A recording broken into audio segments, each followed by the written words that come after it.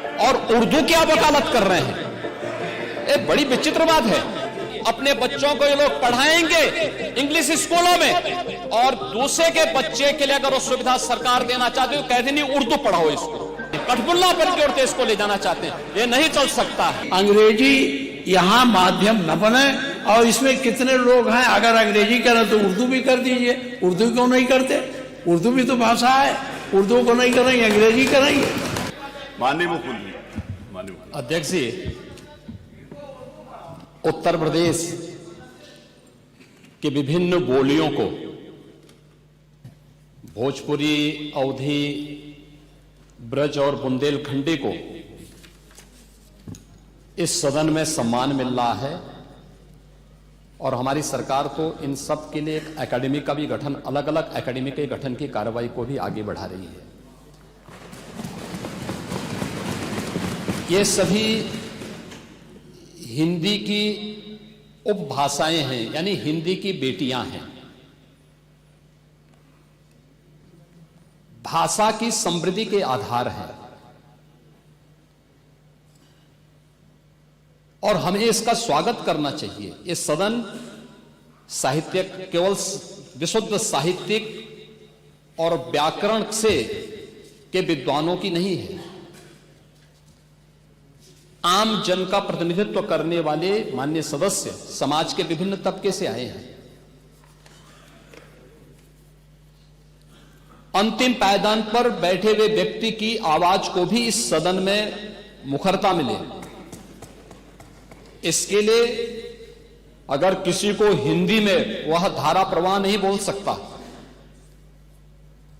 तो उसको भोजपुरी में भी अपनी बात को रखने का अधिकार मिलना चाहिए। अवधी में, ब्रज में या बुंदेलखंडी में उसको रखने का अधिकार मिलना चाहिए। ये कौन सी बात हो गई कि भोजपुरी में ना बोले, अवधी में ना बोले, इसका विरोध नहीं, विरोध अंग्रेजी का, बुंदेलखंडी में ना बोले और उर्दू की आप वकालत कर रहे हैं। एक बड़ी विचित्र बात है। आप मुझे बताइए, मैं इसीलिए कहता हूं कि आप समाजवादियों का चरित्र ही इतना दोहरा हो चुका है, इतना दोहरा हो चुका है कि अपने बच्चों को भेजेंगे इंग्लिश पब्लिक स्कूल में और दूसरों के बच्चों को बोलेंगे कि एक गांव के उस विद्यालय में पढ़े जहां संसाधन भी नहीं है।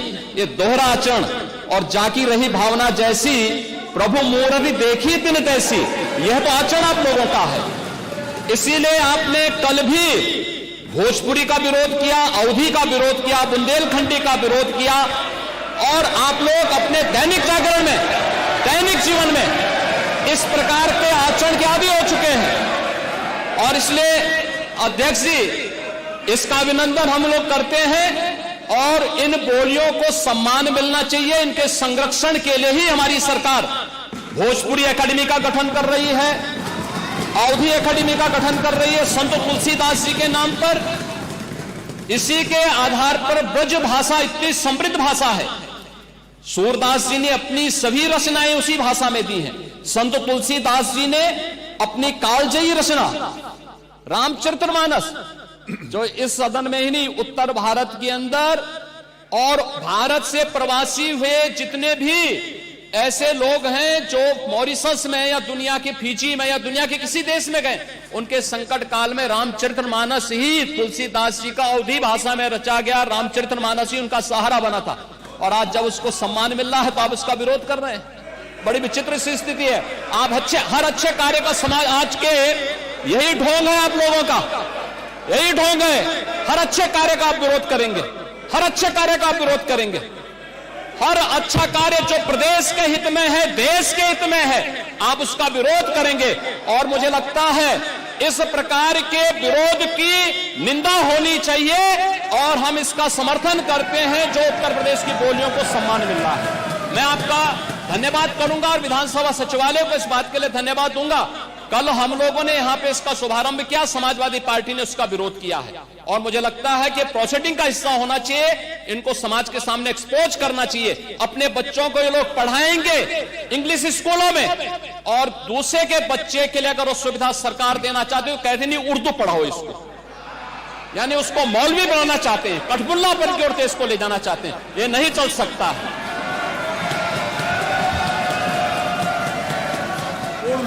प्रदेश की बोली है तो उर्दू में क्यों नहीं यहाँ विधानसभा में किया जाए? उर्दू भी उत्तर प्रदेश में बड़ी संख्या में बोली जाती है।